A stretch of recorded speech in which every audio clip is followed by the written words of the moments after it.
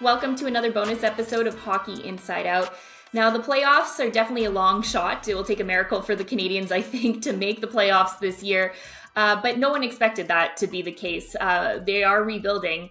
And what I want to know is, what do you think about the pace the Canadiens are currently on with this rebuild? Are you happy? Are you seeing progress? Are you optimistic for the future? Rick, you want to share your thoughts first?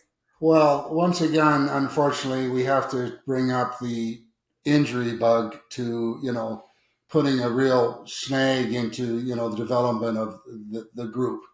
And, you take out a Doc and you take out Savard, you Jack Eye. I mean, it's tough to win when you have everybody and get a true reading on where they're going when you have anybody in the lineup, but it's much easier to really get a true reading when you see some stability in their lineup, and that seems to be really tough to have happen for them. And they seem to get things going, and bang, they get knocked down through a key injury. So, is it going the right way? Well, not really. I mean, we all know that the key guys that are out are huge in helping this progression to wins and losses, but it just seems they're snake bit and they can't seem to get any kind of break when it comes to keeping guys in the lineup for an extended period, and it makes it challenging for each and every guy in that dressing room when they don't know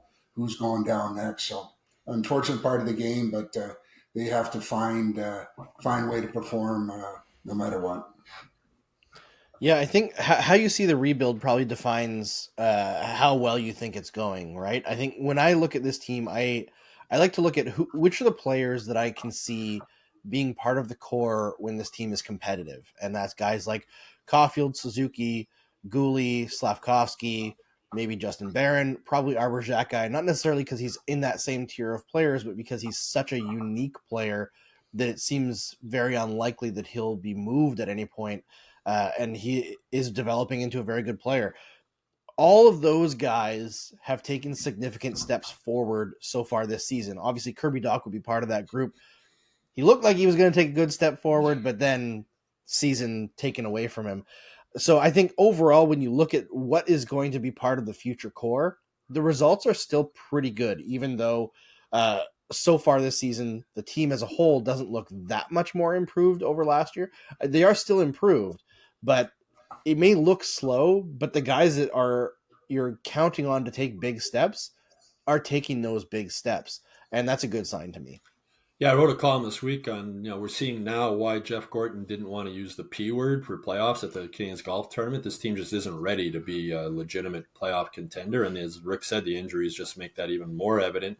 Heading into the California trip, they actually had a worse record after 18 games than they did last season in the first full season of their rebuild. The thing, you talk about, anytime there's a new GM or rebuild or whatever starts, you always, the term the 5-year plan, right? Well, this is year 2 of a rebuild. And I think if you want to do a rebuild properly, you have to have that 5-year vision in place when it comes to developing players, when it comes to the players you're going to draft, when it comes to the Canadiens, like who's going to be their goalie of the future. There's a lot of question marks still to be answered for this team. And I know Canadiens fans, the biggest question, I had a one-on-one interview with Jeff Molson near the end of last season about him willing to do a rebuild, a full rebuild, something the Canadiens have never done. And he was happy with the way it's going. And he wondered, how patient are the fans going to be? Like, how long are the fans going to be patient? I think that's the big question. And for Canadiens fans who might be frustrated right now, just be happy you're not an Edmonton Oilers fan, because they have arguably 2 of the best players in the NHL, and they're one of the worst teams in the league. It's just highlights the they were Stanley Cup favorites by a lot of people going into this season. The NHL is such a hard league now. Just to make the playoffs is an accomplishment. And to rebuild, the Canadiens have a solid plan in place. They have smart people running it. They're being patient. Patience is a virtue, especially in a rebuild. It doesn't mean it's going to work. I mean, you can do everything right, and it still won't work. Something like, in Edmonton, they don't have a goalie who can stop the puck. That's one of their big problems, and it trickles down through the rest of the team. So to me, they're on a good pace. and patience really is important. You don't want to start panicking. One of the things with Marc Bergevin, there was all sort of a panic, is a plugging a hole here, plugging a hole there, making crazy trade deadline moves and stuff like that. They have a plan in place. They're going to be patient with it, and the question is going to be how patient are fans going to be willing to be if this does take the full 5 years to get where management wants the team to be. And I think.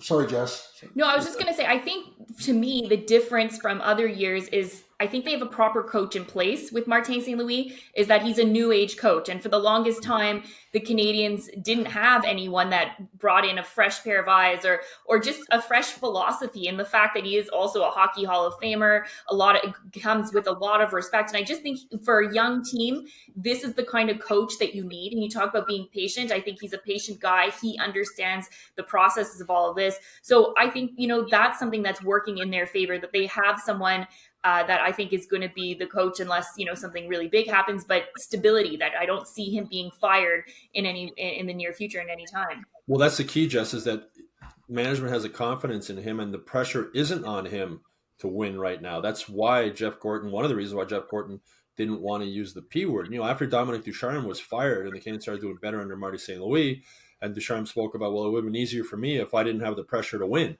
No, he had the pressure on him to win. So the decisions he was making were all about winning that game and winning. Marty doesn't have to worry about that right now. The decisions, Gorton still wants the focus to be on growth and development of the players. And that takes a lot of pressure off St. Louis and a lot of pressure off the players too. But that pressure will get amped up as we get into, year 3, year 4 of this rebuild.